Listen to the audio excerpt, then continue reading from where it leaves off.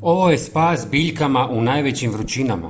Kad temperature porastu, a ljeto uđe u svoju najžešću fazu, biljkama poput rajčica, paprika i krastavaca postaje sve teže izdržati bez posljedica.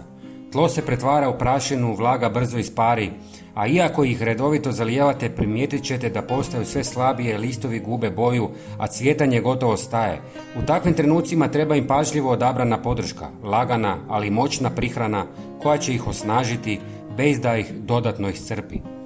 U nastavku ću vam pokazati kako od nekoliko jednostavnih prirodnih sastojaka možete pripremiti savršenu mješavinu koja će biljkama pomoći da prebrode stres i nastave s rastom kao da vrućina ne postoji.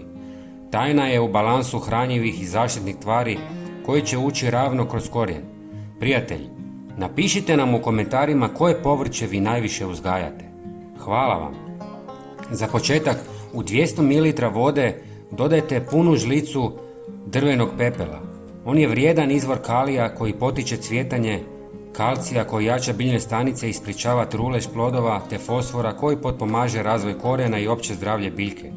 Također dodajte mljevene ljuske jaja, jer sadrže puno kalcija koji jača stanice biljaka i pomaže u sprječavanju truleži plodova poput rajčica i paprika. Osim toga, usitnjene ljuske poboljšavaju strukturu tla i potiču rast zdravog korijena. Nakon toga u smjesu dodajte nekoliko žlica običnog alkoholnog octa i ostavite da miruje cijeli dan.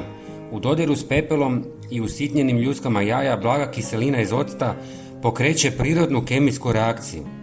Tom prilikom dolazi do stvaranja sitnih mehurića, znak da se oslobađa ugljični dioksid.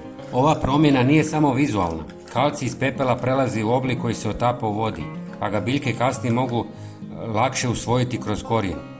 Treći sastojak je pola žlice kurkume u prahu. Kurkuma sadrži kurkumin, prirodni spoj s jakim antimikrobnim i antioksidativnim djelovanjem.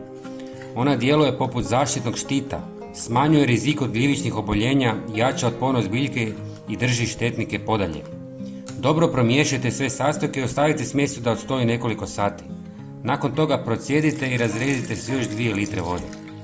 Zalijevajte svoje biljke svakih 10 dana s otprilike 300 do 400 ml ove tekućine. Uz ovakvu njegu tvoje će povrće ne samo preživjeti ljetne ekstremne uvjete, nego će nastaviti rasti, cvjetati i donositi plodove kao da je idealna sezona. Lajkajte video ako vam je bio koristan. To vas ništa ne košta, a nama puno pomaže da još više radimo. Hvala vam i pozdrav!